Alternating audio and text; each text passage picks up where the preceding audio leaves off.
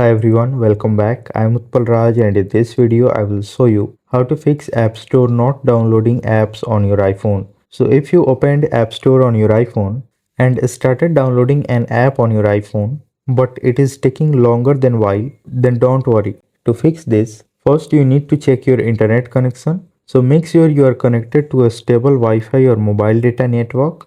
Just try loading a web page in Safari. If websites aren't opening or your internet connection is not working properly, then switch to another network or try to fix your internet connection. Now another thing you have to check is available storage. Just open Settings app on your iPhone.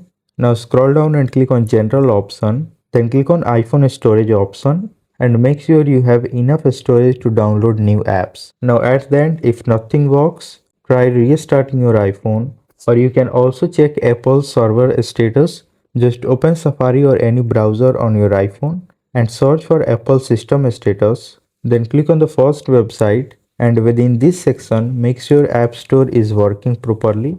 If the App Store service is experiencing any problem or it is showing yellow or red right here, then in that case the only solution is to wait until Apple fixes the issue. So if this video helped you in any way, make sure to like it, share it and subscribe to this channel. Thanks for watching.